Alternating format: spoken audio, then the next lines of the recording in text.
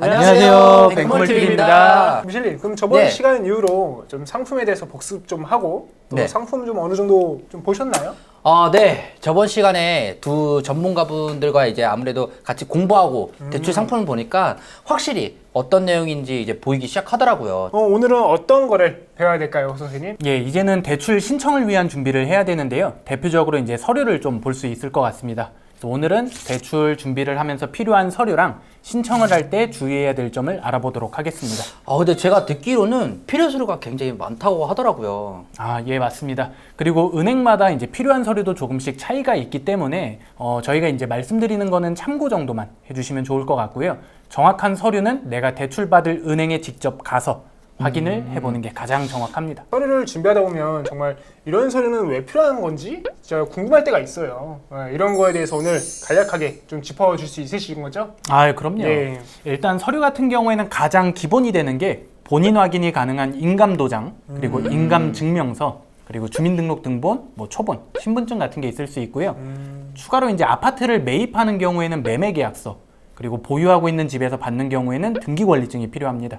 그 등기권리증은 어떤 걸 얘기를 하는 건지 알 수 있을까요? 네, 등기권리증이란 이제 쉽게 말씀드리면 집문서라고 보시면 되는데요. 이제 미셸린 같은 경우에는 어렸을 때 특히 친구분들이랑 집문서 가지고 이런 장난 같은 거 많이 치셨잖아요. 그쵸. 예, 내기당구를 치면 항상 집문서가 왔다 갔다 하고 좀 많이 했었죠. 그리고 이제 소득과 관련된 서류가 좀 필요한데요. 직장인 같은 경우에는 재직증명서랑 원천징수영수증, 그리고 사업자분들 같은 경우엔 소득금액증명원을 준비해 주시면 됩니다. 그럼 말씀하신 소득이 혹시 작년 기준인 건 맞으시죠? 예, 맞습니다. 예. 그럼 이제 질문 하나 제가 좀 드리고 싶은데, 작년에 제가 일을 했어요. 그리고 이제 올해는 퇴사를 한 상태입니다.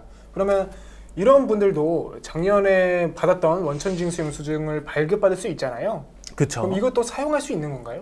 굉장히 좋은 질문인데요. 일단 결론부터 말씀드리면 사용은 할 수 없습니다. 원천징수영수증 같은 경우엔 재직증명서를 첨부를 해야 되는데, 이 재직증명서에 나와 있는 발급 날짜가 심사 날짜로부터 보통 한 달 이내인 경우에만 인정이 됩니다. 그러면 이제 소득 신고가 좀 적은 사업자나 프리랜서, 혹은 이제 소득이 전혀 없으신 분들 있잖아요. 고령자분들이나 주부님들, 이런 분들은 대출을 받기가 정말 어려운 건가요? 절대 그렇지 않습니다. 일단은 소득이 적거나 없는 분들 같은 경우에는 지역의료보험 납부금액이나 1년치 카드 사용금액으로 대출 받을 수 있는데요. 이렇게 대체하시는 경우에는 이제 보통 지역의료보험 납부 내역서나 카드 사용금액 내역서를 준비를 해주시면 됩니다. 그러면 저 같은 경우는 이제 배우자랑 저랑 이제 둘 다 직장인이지 않습니까? 그러면 직장인 서류로만 그럼 준비를 하면 되는 거겠네요. 그렇죠. 예, 그 다음 서류는 뭐가 있을까요? 네, 그 다음으로는 이제 세금 부분에 대해서 미납된 내역이 있는지를 확인을 해야 되는데요. 그래서 국세, 지방세, 완납 증명서, 그리고 지방세, 세목별, 과세 증명서를 준비를 해주시면 됩니다. 발음 좋으시네요. 일부러 좀 틀 줄 알았는데. 일부러 띄엄띄엄 읽었습니다. 네. 그래서 이제 국세, 지방세, 완납 증명서 같은 경우에는 홈택스에서 발급이 가능하고, 지방세, 세목별, 과세 증명서 같은 경우엔 정부24 홈페이지에서 발급이 가능합니다.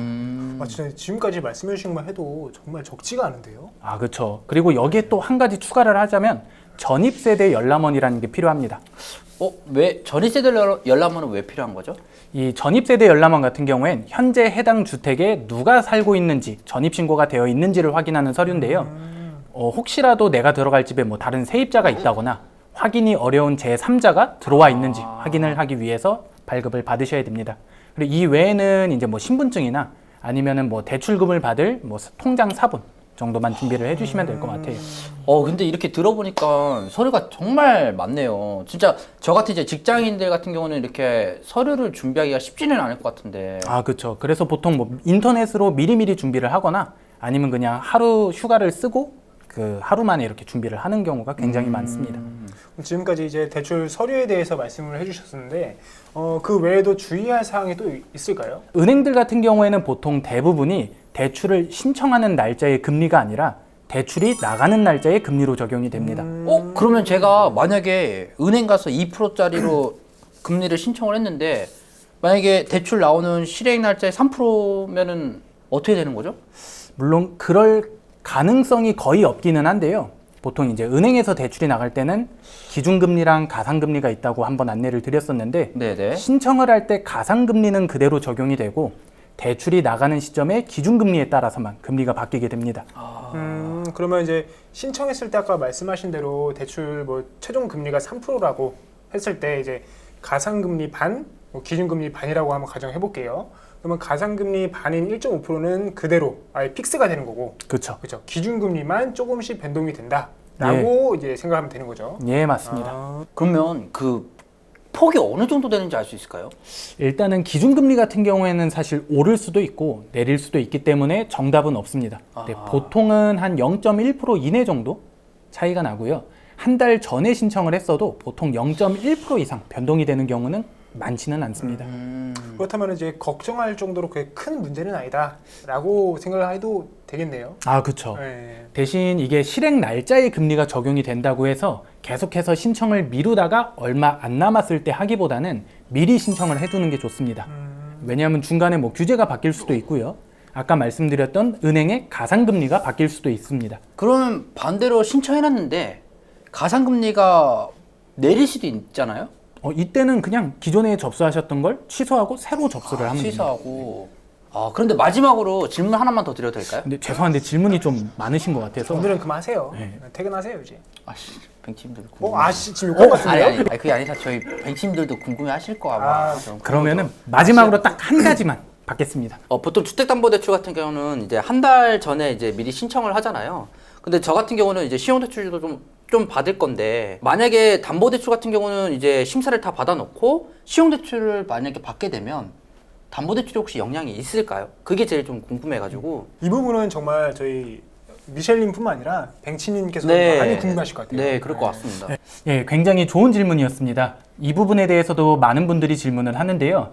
이제 대부분의 은행은 대출이 실행되기 하루 전날이나 당일에 다시 한번 신용조회를 하게 됩니다.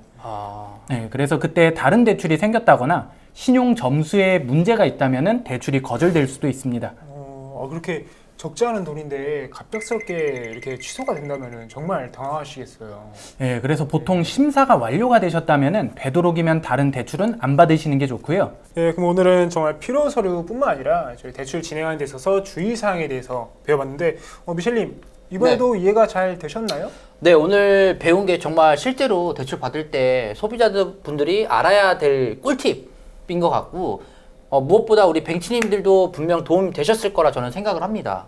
예, 맞습니다. 그리고 정말 오늘 배웠던 내용들은 어디 가서도 듣기 정말 힘든 어려운 정보였던 것 같아요. 근데 좀 아쉬운 말씀을 좀 드려야 될 것 같은데 다음 시간이 벌써 이번 시리즈의 마지막 시간이 될 것 같습니다. 벌써 마지막인가요? 아까 좋아하시더니 갑자기 저는 계속 뱅치님들과 보고 싶고 소통하고 싶으니까 그렇죠. 그럼 계속 하시면 돼요. 예, 그렇게 할게요. 예.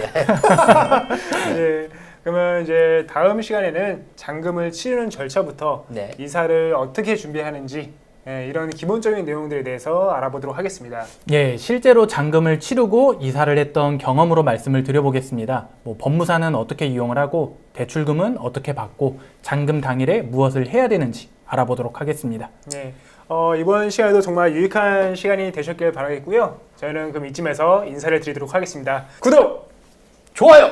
알림 설정 부탁드리겠습니다. 감사합니다.